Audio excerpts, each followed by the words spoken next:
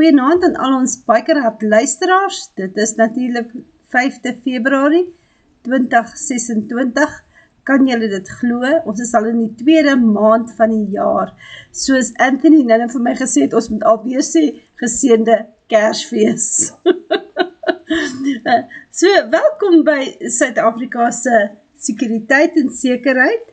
Vanaand het ons 'n besondere onderwerp en saam met Anthony Boucher, die kubermisdaadhoof van Mike Bolhuis.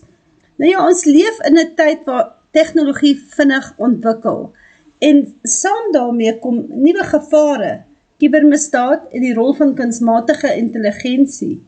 En Anthony deel vanaand sy insigte oor hoe misdadigers AI gebruik en hoe ons onsself kan beskerm. Goeienaand Anthony, welkom terug hierso. Naand, dankie vir die geleentheid. Altyd Anthony, baie bly jy kon weer ons hierso saam met ons kuier. Nou Anthony, agtergrond van AI en kunsmatige intelligensie. Kan jy vir ons kortliks vertel hoe jy betrokke geraak het by die bekamping van kubermisdaad?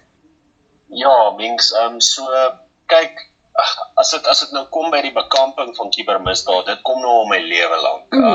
Dit is 'n passie wat ek uitgeleef het. Aanvanklik het ek begin by rekenaars, belangstelling in rekenaars ensovoorts.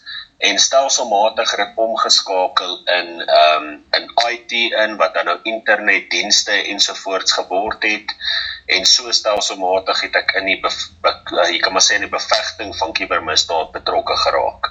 En by Mike het ek dan nou aanvanklik die geleentheid gekry om natuurlik aan groter sake te werk. En daar het ons ook 'n baie groter ruimte van die ding bekend geraak en gesien hoe groot dit werklik is en hoe wyd verspreid die probleem is. So, kyk, AI het natuurlik gekom en weer eens, net soos die internet destyds het AI nou maar baie groot verandering ingebring. En dit is 'n groot probleem, hoor. Daar's al hoe meer AI wat by scams betrokke raak. Scammers gebruik dit al hoe meer om sekere funksies vir hulle self makliker te maak. Soos wat Mike altyd sê, anything God creates for good, Satan will use for evil.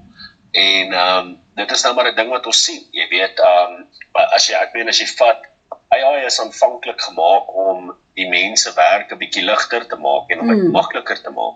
Ek sê net nou die dag vir Mike toe ons 'n vergadering het.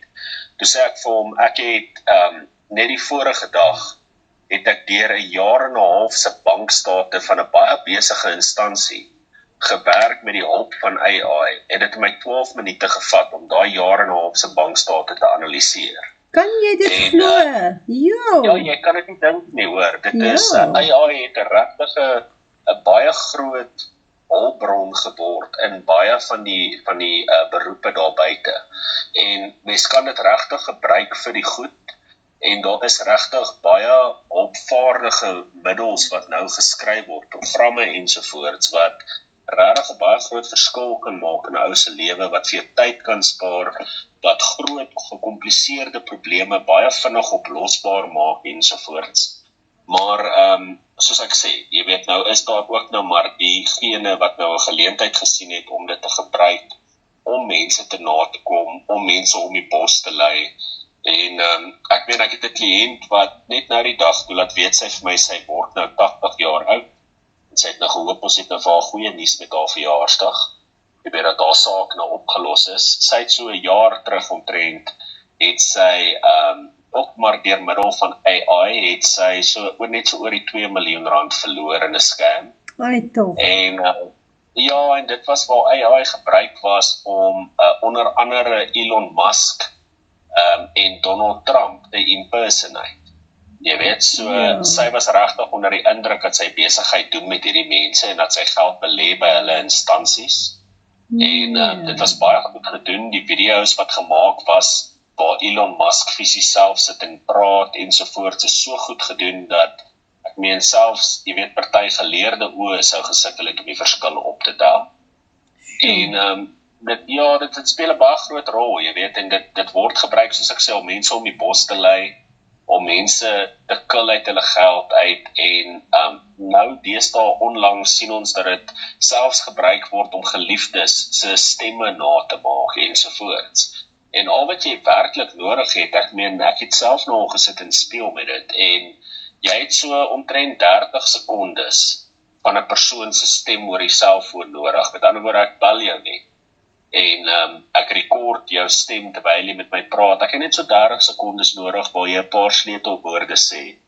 En dan gee ek daai recording vir AI en ek kry dit dan reg om 'n redelike akkurate recording of transkripsie van jou te kan voer in die AI en hy lees dit vir my terug in jou stem. Jy weet en dit is so scary, nee? Ja, is baie gevaarlik want kyk, die ding is, een ding wat 'n ou moet onthou van AI is AI is 'n stelsel wat leer by die dag. Hoe meer inligting jy omvoer, hoe meer leer hy daai inligting uit. En jy kry nou al gevalle waar AI met jou kan redeneer. En om 'n maklike toets daarvan te doen en om net 'n bietjie te kyk dat AI selfs nou reg kry om met jou sarkasties te wees. Wat? Om 'n grap met jou te maak of daai klas van ding, né? Moet jy, ek meen, doen 'n simpel ding. As jy 'n iPhone het, praat met Siri. Vra vir Siri 'n simpel vraag, 'n sarkastiese vraag. En jy sal sien, jy kry 'n sarkastiese antwoord terug. Siri kan met jou snaaks wees. Sy kan iets sê wat glad nie sin maak nie, maar op daai oomblik in die konteks eintlik uiters snaaks is. En dit is nou maar soos wat AI leer, en soos ek sê, hy leer meer en meer hoe meer data jy opvoer. So as jy 'n AI stelsel het en hy word geleer om op 'n sekere manier te praat en om te redeneer, met ander woorde, dan kan jy dit regkry dat daai AI 'n gesprek met 'n persoon kan voer en dat dit redelik realisties kan wees. En dis nou waar jy met situasies sit waar 'n meisiekind byvoorbeeld haar ma bel, of die ma dink dis die meisiekind wat bel. En 'n gesprek word gevoer en dan word gesê, ma, ek's in die moeilikheid, help my. En die ouer val daarvoor, want dis die kind se stem. Dit is in 'n stemtoon wat die kind praat, dit is in dieselfde soort manier wat die kind praat. En dis baie moeilik om die verskille agter te kom. En nou deesdae, soos ek sê, kan hy redeneer. So nie net kan jy hom leer om iets te sê nie, maar jy kan hom leer om fisies te antwoord op 'n vraag. En dit maak dit uiters gevaarlik, hoor. Ja, en dan Anthony, as jy nou so ietsie kry, weet jy Anthony, ek dink nogal ons moet so 'n toetsie maak, dan moet jy my stem vat, dat ons vir die luisteraars kan die verskil, wel, nie die verskil nie, maar die gevaar daaraan wys, as jy 'n paar van my, jy weet, 'n paar sekondes met my praat en dan sien wat daar kan uitkom, dat 'n mens dit vir hulle kan wys en dat hulle dit kan hoor. Maar wat my volgende vraag is, nou bel hierdie AI of hierdie scammer die ma en obviously sy dink dis haar dogter. Jy weet, ek het vir my dogter gesê, ons het 'n wagwoord. En nie almal ken ons wagwoord nie. So, as sy nie daai wagwoord vir my kan sê nie, dan, jy weet, dan weet ek dan, en dit gaan reeds oor die stemme wat hulle kan kloon. Het ek vir haar gesê, hierdie is ons wagwoord. En as jy nie hierdie wagwoord vir my gee nie, of ek nie hierdie wagwoord vir jou gee nie, dan weet jy dis nie ek nie. Nou, dit is 'n goeie ding. Kyk, die banke en sekere finansiële instansies het ook deesdae, of hoe kan ek sê, onlangs, het hulle begin met 'n ding wat hulle geïmplementeer het op dokumentasie wat hulle vir jou stuur. Jy noem dit 'n sure phrase. So, jy sal sien dat as jy nou by jou bank, as jy nou internetbankdienste het ensovoorts, dat die bank vir jou byvoorbeeld op 'n call sal vra, wat is die sure phrase wat jy wil hê, of hulle sal vir jou sê, ons gebruik sure phrase so en so, as ons met jou kommunikeer. En wat dan gebeur is, outomaties as hulle vir jou amptelike kommunikasie stuur, dan is daai sure phrase altyd op daai kommunikasie. So dit is hoe jy weet, dit is werklik die bank wat dit vir jou stuur, en nie een of ander buiteinstansie. Nou, kyk, dit kan natuurlik ook maar, daar is maar sy strikvalle waar dit nagemaak kan word. Ek wil nou net sê, daar, jy weet, skelms kry altyd 'n manier. Ja, kyk, en jy moet onthou, kyk, een ding wat ons leer in hierdie beroep is om te dink soos wat die krimineel sal dink. Verstaan, jy sit jouself in sy skoene. So ek kan klaar vir jou die perfekte scenario skep. Jy het vir my gesê ek moet nou jou stem vat en hom namaak en dan 'n bietjie die mense verras. Ja. Maar ek kan klaar vir jou sê presies hoe sal ek jou stem gebruik, en hoe sal ek dit doen in 'n mate dat ek kan geld maak uit, want dis tog wat die kriminele doen, hulle wil geld maak daai. Sure. So ek sal in so 'n geval, wat ek baie maklik sal doen, is ek sal jou stem vat, daar is al genoeg recordings al buite, onthou jy's 'n radiopersoonlikheid. Ja. So daar's genoeg recordings al buite om 'n redelike akkurate lering vir AI te gee oor jou stem. Sure. En wat ek dan sal doen, die volgende stap sal wees, is ek sal jou WhatsApp groep teiken, wat nou Bikerhard Radio is. Ek sal infiltreer op die groep. En wat ek sal doen is, ek sal die nommer wat ek geïnfiltreer het mee, sal ek gebruik. Ek sal jou WhatsApp van lyn afhaal, sodat ek weet jy gaan nie kan reageer nie, en jy gaan nie vir die mense kan sê dis 'n klug nie.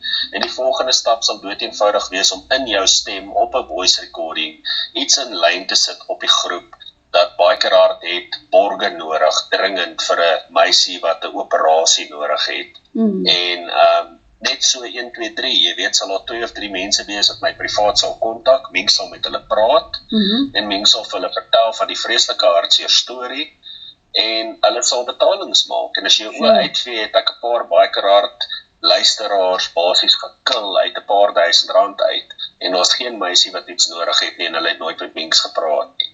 Ja. Nou, die probleem nou is, nou draai hulle om, en nou is hulle kwaad vir Bikerhard, want hoe het Bikerhard nou so iets toegelaat? En die probleem is hoe oortuig jy hulle nou? Dit was nie Mings wat probeer het om 'n paar rand op die kant te maak, en nou sê sy dit was 'n scam. Verstaan jy?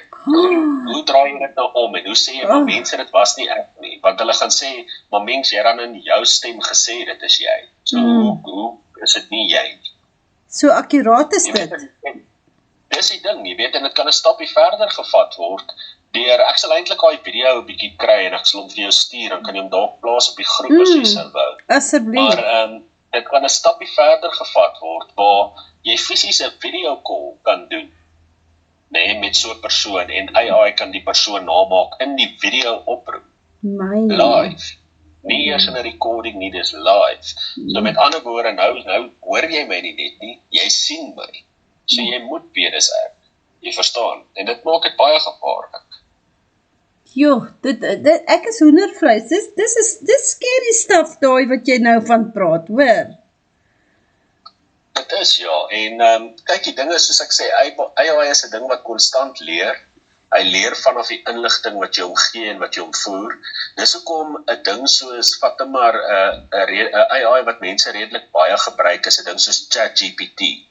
En nou, dit is iets wat baie mense gebruik op 'n daaglikse basis. Party gebruik dit sommer net om inligting na te vors ensovoorts. Ander sal dit gebruik om dokumente op te trek of om te help met draft dokumente, daai klas van ding. Maar jy sien, hoekom hy so effektief is en hoekom hy so vinnig so groot en so sterk geword het, is hoe meer jy hom gebruik, hoe meer jy hom leer. Want dis wat hy doen, hy leer konstant. So hoe meer inligting jy in hom invoer en voorbeelde wat jy upload, want baie mense sal dit doen, hulle vat 'n foto en laai hom op en sê, wat gaan aan in die foto, vertel my, leer my, sê my dit, sê my hoe om dit te doen of wat ook al. Nou daai inligting, alles wat in hom gelaai word, is inligting wat basies in die deel word van sy databasis, en dit is waaruit hy leer. So effektief, hoe meer hy gebruik word elke dag, hoe groter en hoe sterker en hoe slimmer word hy, en hoe meer formuleer hy sy antwoorde volgens die behoeftes van die mense wat met hom praat. Ja. So, dis nou waar jy 'n geval sal kry, byvoorbeeld, waar ChatGPT 'n jaar terug byvoorbeeld glad nie van my geweet het nie. En hy sou nie weet wie's Anthony Boucher nie. Nou as jy hom gaan vra, gaan hy vir jou duidelik kan sê wie ek is.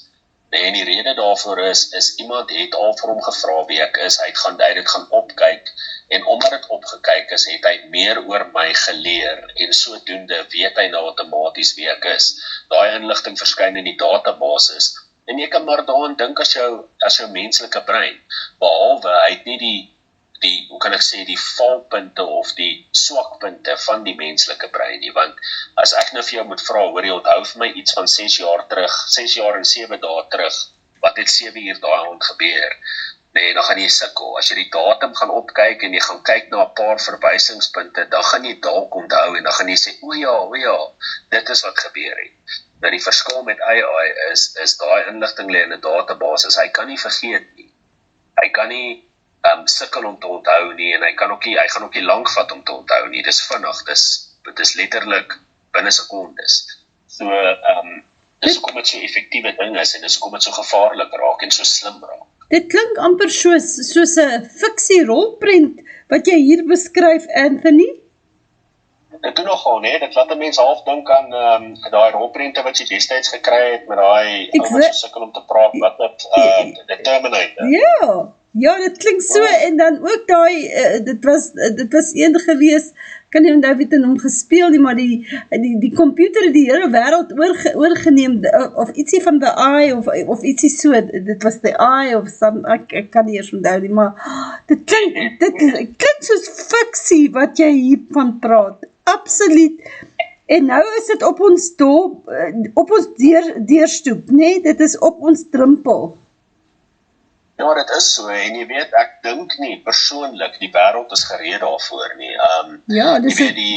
Ek wil sê, ek dink die meerderheid van die mensdom is nie gereed om hoe kan ek sê, om die werking van AI en die werklike moontlikhede van AI te verstaan nie. Daar's baie mense wat tot hede nog sukkel om net sin te maak van die internet. Ja. Jy weet, en dit is 'n baie groot probleem, want dit gaan lei na baie mense wat ongelukkig ingedoen gaan word, wat gaan verloor, wat dalk selfs hulle name op 'n tipe van 'n manier gaan skade doen, of hulle name gaan skade lei, hulle reputasies ensovoorts, omdat hulle nie verstaan presies wat is die vermoë van AI en hoe gevaarlik kan dit wees nie. Want daar's baie mense wat ook nou nog nie weet nie, en dit is die ander ding, onthou AI werk vanaf 'n database van inligting wat hy gevoer word. So met ander woorde, AI kan ook verkeerd wees. En hy kan dit vir jou gee asof hy reg is. En dit is waar jy met probleme kan sit, waar jy nou byvoorbeeld vir AI 'n spesifieke vraag oor 'n spesifieke persoon sal vra. Hy maak 'n verwysingsfout uit die databasis wat hy trek, want dis hoe hy dit gevoer was. En dan gee hy dalk vir jou 'n feit oor Anthony Boucher wat nie 'n feit oor my is nie, maar oor 'n ander Anthony Boucher. En hy kan nie hy maak nog nie daai onderskeiding nie, die onderskeiding nie. Hy kan nie daai onderskeiding maak dadelik nie, en vir daai rede, as jy nou teruggaan en jy sê vir hom, hoorie, maar is jy seker? Jy moet 'n bietjie kyk as jy redeneer met AI hoor. Gaan speel 'n bietjie met ChatGPT en dan kyk jy. As jy kan met hom redeneer, as jy nou vir hom 'n vraag gevra het, en hy gee vir jou antwoord. Dan gaan challenge een van die punte. Sê vir hom, hoorie, as jy seker oor hierdie? Dan sê gevalle kry hier en daar waar hy vir jou sal sê, o genade, ek het 'n fout gemaak, ekskuus. Hier is die eintlike antwoord. My aarde. En die probleem nou is nou sit jy met daai probleem dat daar's mense wat goed gaan ChatGPT. Ek het al lekker gelag, want daar's mense wat prokureurs aanvat. Hulle vat hulle aan, want hy het 'n prokureur aangestel om sy saak vir hom te doen. Laat hy vir ChatGPT gaan vra of hierdie prokureur reg is in die antwoord wat hy nou hier gegee het. En dan sê ChatGPT nou vir hom, nee, dit is eintlik wat nou die wet sê, en. Dan gaan vat hy sy prokureur aan en sê, hoor hierso, maar hoe kan jy so sê? ChatGPT sê dan so. En dan, dis nou gevalle waar, soos ek sê, waar 'n ou nou ook net versigtig moet wees om nie dit wat ChatGPT vir jou sê altyd as wet te vat. Jy weet, hy kan ook verkeerd wees, afhangend van die inligting wat hy gevoer word. So, 'n mens moet versigtig wees met dit, maar dit is iets wat drasties vinnig groei, en soos ek sê, ek dink daar gaan baie slagoffers wees op die einde van die dag, wat gaan lei onder sekere van AI se funksies. Erik Zili sê hierso iets interessant. Hy sê die programmeerders van AI sê hulle kan self nie verstaan of verduidelik hoe AI se neural net regtig werk nie. Wat is neural net? Nou kyk, dit is dan maar die denkpatroon ensovoorts van Ja, AI. ja. Maar en dit is wat ek sê, jy weet, en dit is onthou kyk toe die Terminator fliek destyds gemaak was. En dit het letterlik gekom, die prent is geskryf uit 'n oogpunt van vrees uit. En dit was dat hierdie persoon het hierdie gedagte gehad, die skrywer. Hy het gaan sit met die gedagte van oor die rekenaars is nou baie nice en alles, en ek meen ons begin nou al robots bou en daai klas van ding. Maar wat gebeur as hierdie robotte eendag slimmer as ons word? En wat gebeur as hulle op die punt kom waar hulle nie vir ons meer wil luister nie? Ja. Jy weet, wat dan? Sê nou daai ding begin vir homself dink en hy weier om te aanvaar wat ons sê of wat ons hom sê hy moet doen. Ja. Nou, dis nou waar die ding inkom waar mense sê, ja, maar onthou, AI is 'n program en 'n program is geskryf deur 'n mens en 'n mens sal altyd die program beheer. Hy's volgens 'n sekere stel reëls, want dis hoe 'n program werk. Hy word volgens 'n sekere stel reëls geskryf en daai reëls moet hy volg. Dit is so eenvoudig soos dit. Hy kan nie buite daai reëls werk. Probleem met AI is, soos ek sê, hy leer daagliks, hy word slimmer en ja, vir die persoon wat nie noodwendig verstaan nie, kan dit 'n uiters intimiderende ding wees om baas te raak. Ja. Sjoe, iemand het hier 'n voice note oor daar het hulle dit gedelete. Onthou, ons kan nie nou 'n voice notes speel nie, so as julle asseblief vir ons dit sal tik op die groep. Anthony staan by met julle vrae. Ons gaan gou oor na 'n adbreak toe en dan is ons terug. Staan net vir my by asseblief, Anthony. Sjoe, Anthony, nou lees ek hierso van Erik, hy sê, hallo, ek wou ChatGPT model met 'n nuwe een, wil vervang, toe probeer hy homself kopie na 'n ander server, en self probeer voorgee as 'n nuwe model, om homself te beskerm, om afgeskakel te word. Hy sê dit was 'n eksperiment vroeg laas jaar, as ek reg onthou. Wat sê jy daarvan? Ja, nee, definitief moontlik, hoor. Dit is iets wat definitief nie onmoontlik is nie. Ek self weet nie van hierdie spesifieke eksperiment nie, maar wat ek vir jou wel kan sê, is dat daar nou al verskeie, hoe kan ek sê, AI modelle ontstaan het uit die oorspronklike Open AI, wat dan natuurlik deur verskeie instansies en mense gebruik word om jy kan maar sê modelle te skryf. Met ander woorde, so wat hulle doen is, dis nou 'n geval soos vat nou maar 'n website diens, soos dat jy nou sê nou maar Wix kry of 'n WordPress kry. Ja. Nou Wix of WordPress is basies 'n platform waarop jy 'n website bou. Kode is klaar geskryf en dan bou jy nou spesifiek jou website soos wat jy hom sou wou hê op hierdie platform. Nou so is OpenAI 'n platform waarop daar nou al 'n klomp verskeie instansies gegaan het en hulle het modelle op dit gebou. Met ander woorde, hulle AI modelle het hulle daar gaan bou. So daar is nou al 'n paar wat ontstaan het uit dit uit en daar is nou al 'n paar gevalle wat ek van gehoor het waar die program nie heeltemal saamwerk nie, jy weet, waar hier en daar sy eie kop sal volg. En dit is nou maar AI. Jy weet, dit is ongelukkig die ding, soos ek sê, onthou hy leer uit wat jy doen en. Daar's AI modelle wat, ek meen ChatGPT as jy nou vat, is meerendeels daar om, jy kan maar amper sê om soos 'n moderne tipe Google te werk. Dis waarvoor baie mense hom gebruik. Hy kyk vir jou na, soos ek meen, jy kan vinnig 'n besigheidskontrak draft optrek met hom, deur net vir hom 'n paar brokkies inligting te voer en. Maar dat baie wat jy met hom kan doen, maar dan is daar AI modelle wat meer gefokus is op, sê maar video byvoorbeeld, of meer gefokus is op musiek, of om foto's na te maak byvoorbeeld. Ek meen, ek het nou die dag het ek 'n bietjie gespeel daarmee, en ek het 'n paar interessante foto's van Mike byvoorbeeld gemaak. Nee, wat jy nooit sal glo nie, is of jy jouself dink, hoorie, wanneer het hy die foto geneem? Sure. Nee, en ja, dis baie interessant, jy weet, jy kan 'n foto vat van waar 'n persoon staan met sy hande langs sy sye, en jy kan daai foto AI laat dit lyk of daai persoon 'n vuurwapen vashou, of jy kan vir hom tattoos opsit, of jy kan sy horlosie op sy arm verander, of. So die moontlikhede is letterlik op die stadium, jy kan sê eindeloos, jy weet, daar's so baie wat jy kan doen met AI, en soos ek sê, dit kan vir die goed gebruik word, en dit word vir die goed gebruik op 'n daaglikse basis, maar, jou kriminele en jou kansvatters sal maar altyd AI gebruik vir negatiewe dinge. Een van die goed wat vir my uitstaan, byvoorbeeld, as jy nou van fotos veral wil praat, is, hierdie wat hulle het nou hierdie undress models gemaak. Nee, waar jy nou 'n foto van 'n persoon vat, en jy laai hom in die model in, en hy skop dan nou vir jou die persoon naak uit.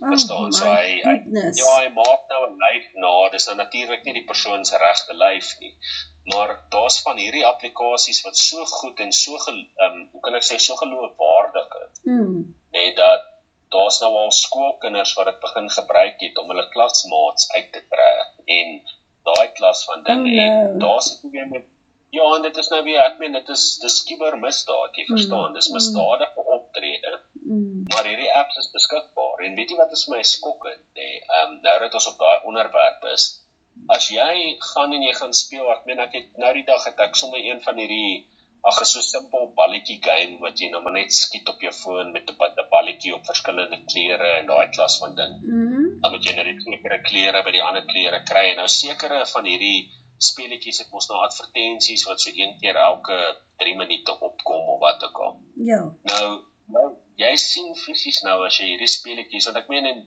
jy kan vir jouself dink, kinders het toegang tot die goed, nee? Ja. Kinders speel daai speletjies. Nou kom maar advertensie op van AI vroukie wat nou met jou praat, wat vir jou sê, jy weet, jy kan download nou hierdie app, dan kan jy haar nou uittrek soos jy wil, en jy kan met haar speel soos jy wil, en al daai klas van dinge. En dan is daar ook apps byvoorbeeld wat fisies vir jou sê, download hierdie app, dan kan jy nou, jy weet, dan kan jy 'n persoon se foto vat en hulle uittrek, of. So daar's regtig nie perke aan die advertensies nie, en dit is 'n groot probleem, want dit dra by tot die probleem. Ek meen, dit dra by tot die probleem wat kinders stout maak, en wat kinders misdadig laat optree.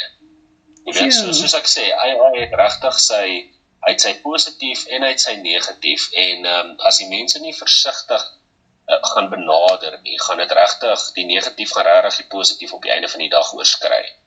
Sjoe, hierso sê Erik, hackers het ook al AI-weergawe soos WormGPT, wat gebruik word om te hack en malware te skryf, en self om mense te laat glo hulle is besighede of banke se eienaars, en die boekhouer maak geld oorbetaal het na die hackers toe. Dit is verskriklik.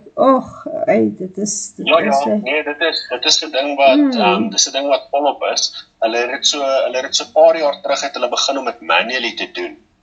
Dit was natuurlik vreeslik werksintensief geweest.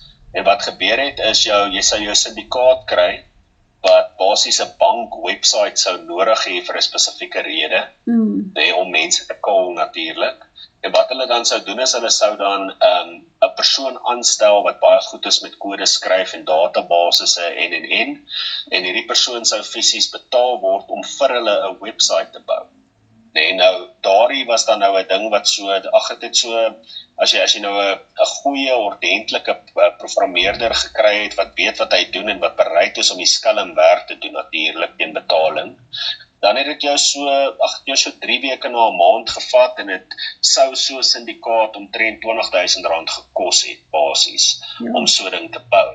Jy kan nou met AI-modelle, ek het nou die dag een getoets, met AI-modelle kan jy so 'n website in 'n kwessie van 'n halfuur opsit, en dit kos jou niks nie.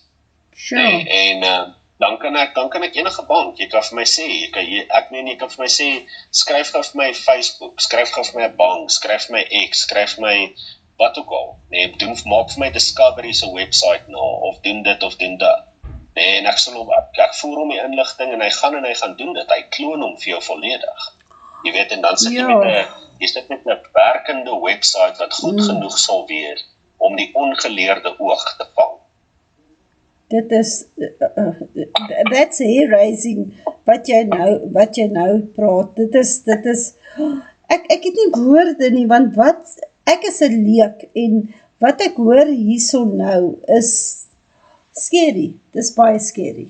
So mense, as julle luister hier vanaand, en ek hoop julle luister, en ek het Erik ook hierso op die groep, hy gesels saam, maar ja, ons het vir Anthony Boucher saam met ons, en dit is die kubermisdaadhoof van Mike Bolhuis, en Anthony kuier so nou en dan, en kom waarsku ons teen die tendense. So Anthony, wat is die mees algemene vorm van kubermisdaad nou, die nuwe tendense, wat tans in Suid-Afrika kop uitsteek? Groot dinge wat deesdae kop uitsteek, mens, is nou maar jou AI deepfakes en jou impersonation scams deur middel van AI. Dis waar hulle of die stemme of video's, soos ek nou genoem het, sal gebruik om 'n familielid of 'n werker by 'n bank of iets van daai aard na te maak. En dan sal hulle met ander woorde dan nou daai model leer om jou met ander woorde te kill en jou te lei in 'n spesifieke gesprek in, waar jy dan nou ten einde inlok in jou bank in en vir hulle toegang gee, daai klas van ding. Dit word ook gebruik vir SARS en jou phishing scams, met ander woorde waar hulle toegang tot jou e-posse, daai klas van ding sal kry. Jou man in the middle attacks is nogal besig om regtig toe te neem. Dit is jou man in the middle attacks is basies jou hulle noem hom jou MIM aanval. Dit is basies die waar 'n persoon homself plaas tussen e-pos kommunikasies. Met ander woorde, hulle infiltreer een van die twee kante en hulle hou dan e-posse dop, verander bankinligting op 'n dokument of 'n faktuur, daai klas van ding, en betalings word dan gemaak na verkeerde plek toe, waar die misdadiger natuurlik die geld ontvang. Jy het nog steeds jou WhatsApp, jou Telegram scams, en hoor jy, ek wil die mense waarsku so terloops. WhatsApp is besig om 'n verandering in te bring, wat 'n baie groot probleem gaan wees. Dit gaan regtig maak dat die scams toeneem, en dit gaan maak dat meer en meer mense val vir scams, en dat hulle sukkel om regtig, hoe kan ek sê, sake te gaan maak en om my sake opgelos te kry. Ja. En ek sien die probleem kom, hulle het reeds aangekondig dat hulle die verandering gaan maak. Die probleem met 'n platform soos WhatsApp en jou Telegrams en jou Facebook en daai klas van ding is nou maar dat dit is 'n sosiale media applikasie.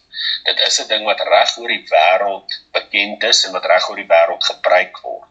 So daar is sekere lande waar hulle forceer word byvoorbeeld om aan sekere reëls te voldoen.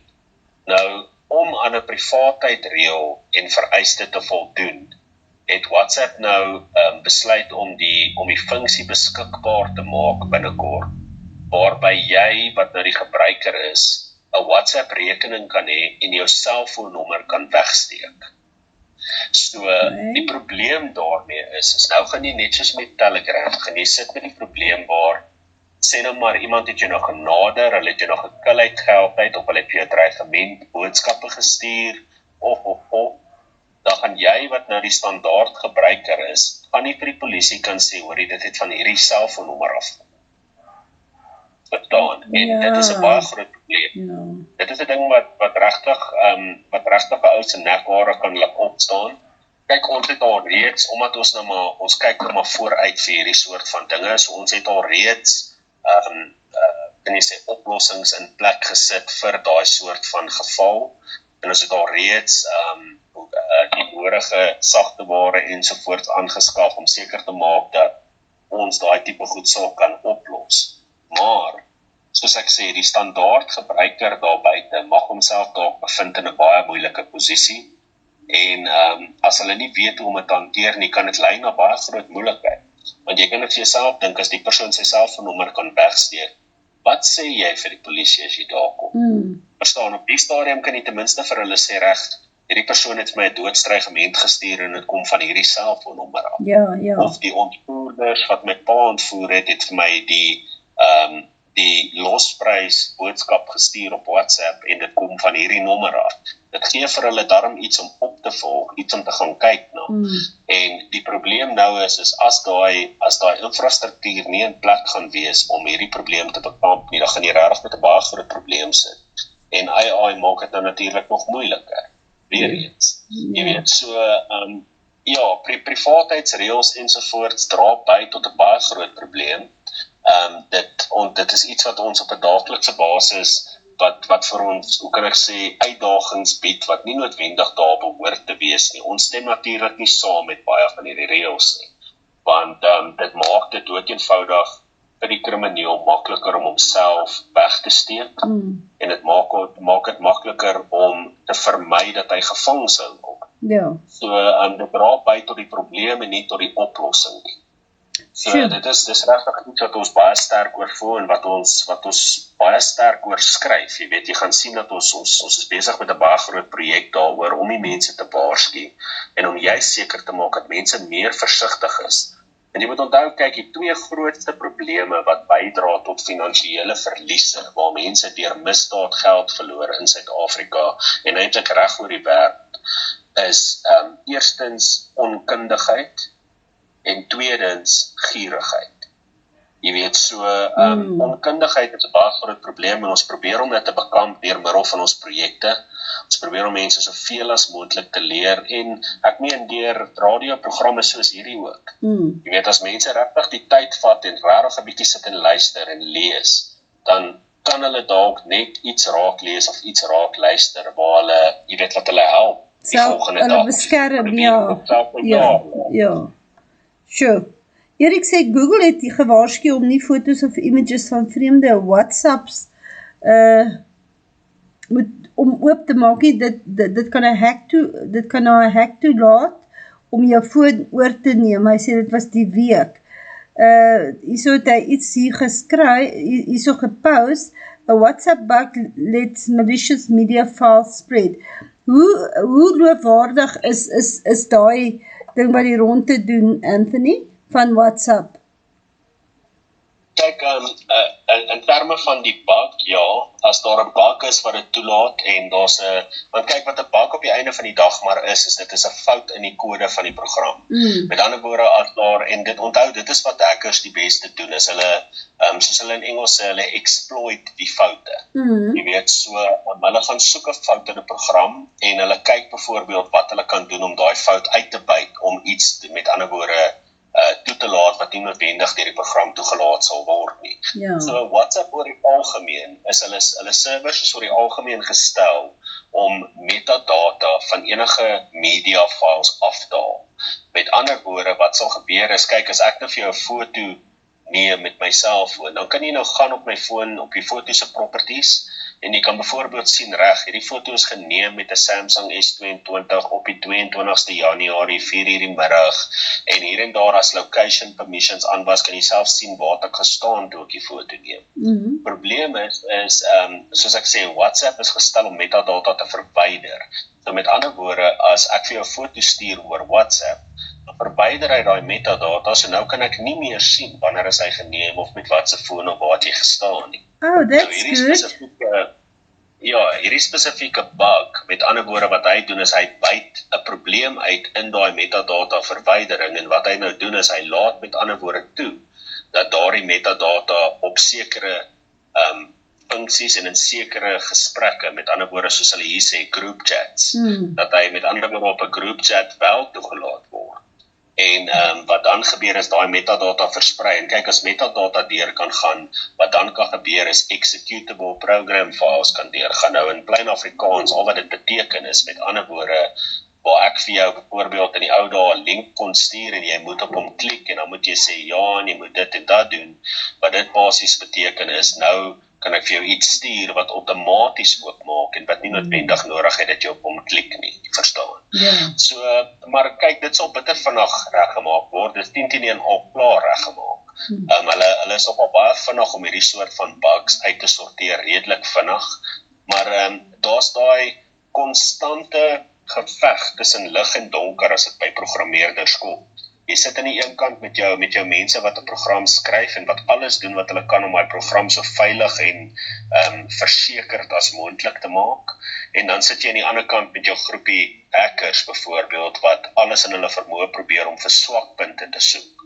En dan met ander woorde te sê, kom ons by dit uit op 'n manier om sekere goed te kan doen of nie te kan doen. Sjoe, wat het van die wêreld geword?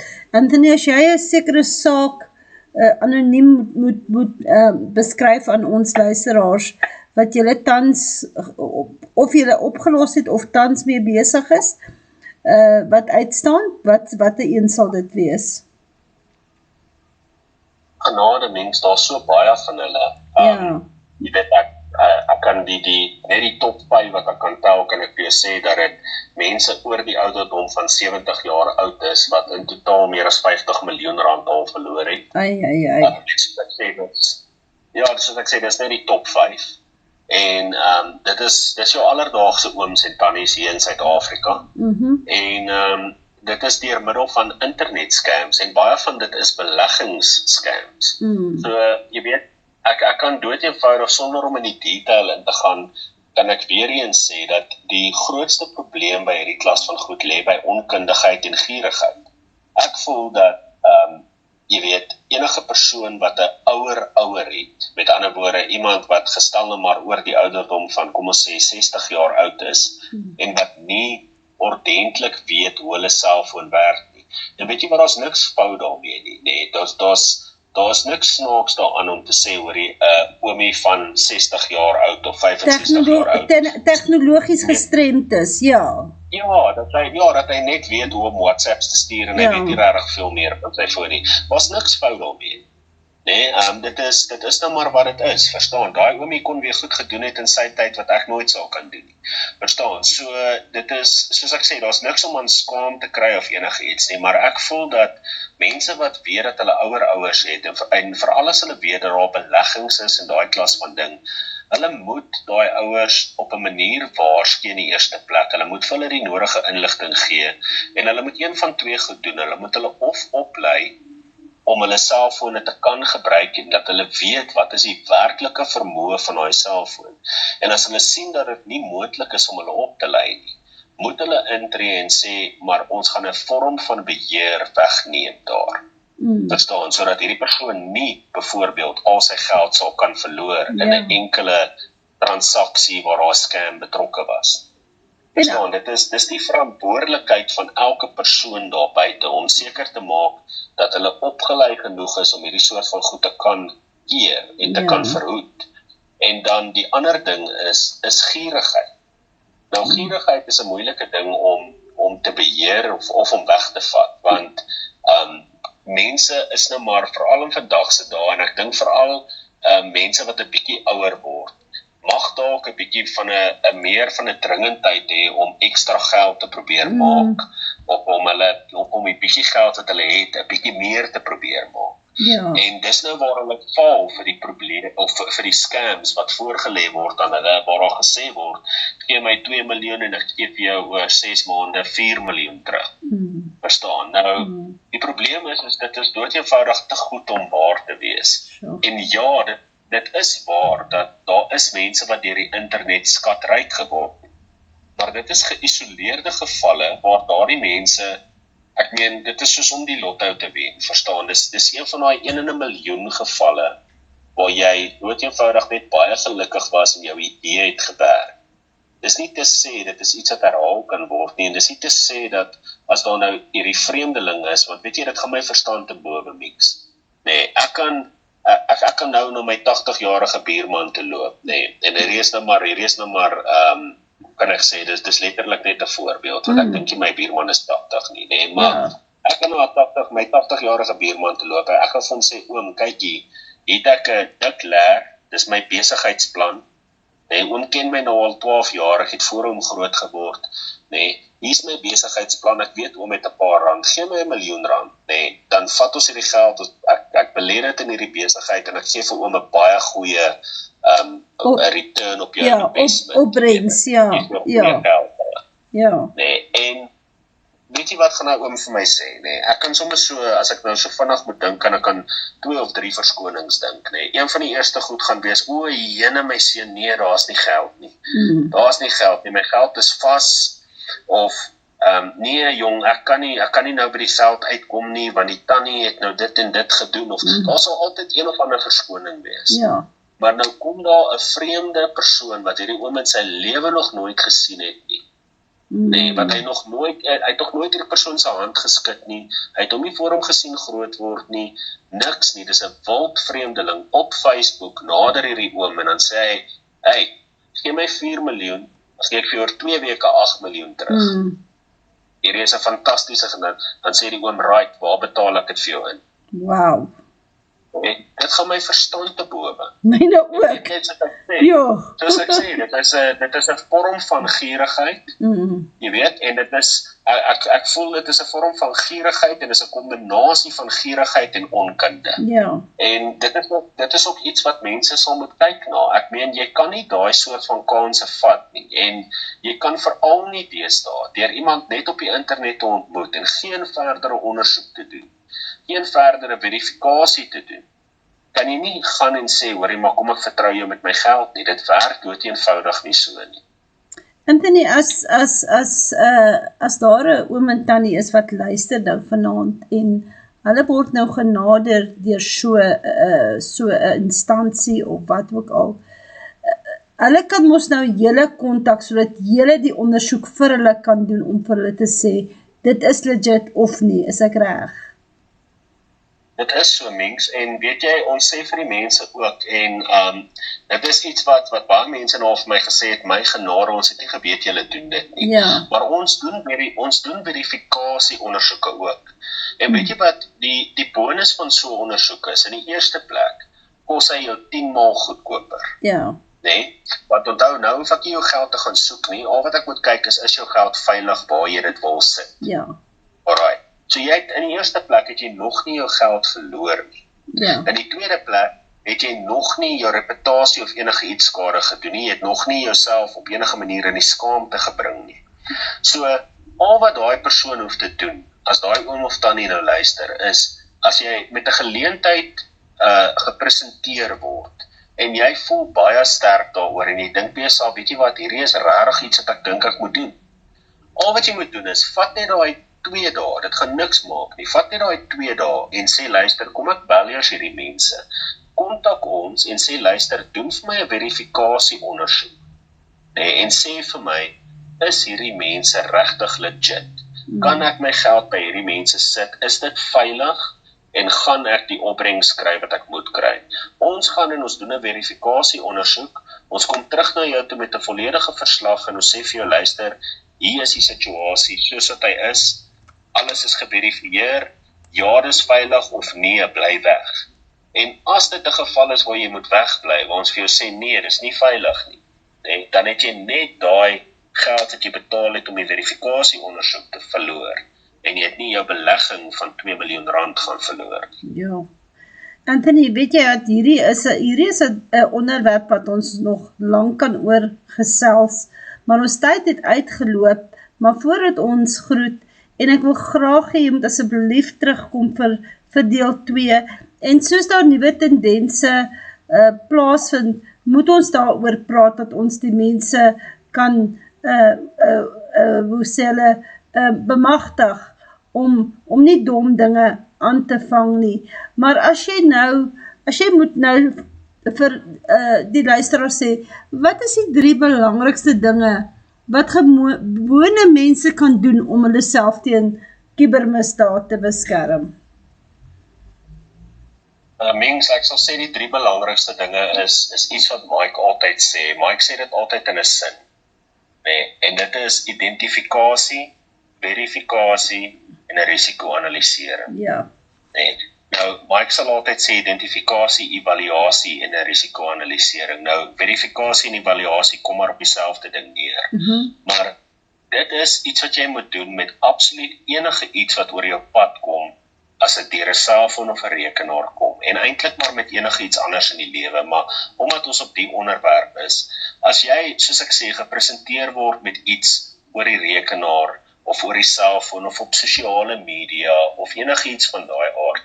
Of dit nou 'n geval is waar iemand vir jou sê belê jou geld hier, of dis 'n produk wat iemand verkoop en hulle sê betaal vir my die geld oor, of dis 'n produk wat jy verkoop en iemand sê ek wil vir jou die geld oorbetaal, of dis 'n pragtige girl met bieste groter as haar boarms en sy sê vir jou sy stel belang en sy wil nou fotootjies van jou hê of wat ook al die geval is. Doen 'n ordentlike identifikasie van die situasie. Met ander woorde, as dit nou die girl is wat jou nader, hoekom sal die girl my nader? Nee, mense loop nie in spar na jou toe en sê, hoe gaan dit, wil jy uitgaan nie? Nee, so hoekom gaan hulle dit op Facebook doen? Nee, so doen 'n ordentlike identifikasie van 'n situasie. Doen dan 'n evaluasie, met ander woorde, evalueer dit ordentlik. Dink dit deur, gaan maak seker oor dit wat jy mee gepresenteer word, maak seker van die feite. En dan doen jy 'n risiko-analisering. As ek hierby betrokke raak, wat is die risiko? Wat is die kanse vir opbrengs? Wat is die kanse dat ek my geld gaan verloor? Wat is die kanse dat hierdie persoon regtig in my belangstel? Of wat is die kans dat hulle net gaan probeer om geld uit my uit te kry of my gaan afpers of iets van daai aard? Dink alles na en maak dan 'n ingeligte, ordentlike besluit daaroor. En dan, ek sê nou vir jou, as mense net dit sal begin doen, jy sal cybermisdaad veral met ten minste 80% afneem. Ja, en dan as hulle onseker is, kan julle kontak natuurlik en baie maklik om julle te kontak. Anthony is ook op die WhatsApp groep, julle kan direk met my skakel en ek sal julle in kontak sit en ook, Mike is ook op die WhatsApp groep, julle kan altyd direk vir Mike 'n WhatsApp ook stuur. Nou Anthony, baie dankie dat jy vanaand jou kennis en ervaring met ons gedeel het. Cybermisdaad raak elkeen van ons en dit is duidelik dat ons waaksaam moet wees, maar ook dat tegnologie soos AI ons kan help om veiliger te leef, soos Anthony sê. En aan ons luisteraars, bly ingelig, wees versigtig en onthou, jou digitale sekuriteit is nie net so belangrik soos jou fisiese sekuriteit nie. So Anthony, baie dankie en ek wil graag 'n tweede deel maak van hierdie gesprek. So ons sal dit opvolg en dan sal ons dit kommunikeer. Baie dankie Anthony, blessings vir jou. Dankie mens, dankie vir die geleentheid, ons gaan definitief so maak, mag God elkeen van julle ryklik seën. Amen, baie dankie Anthony, totsiens.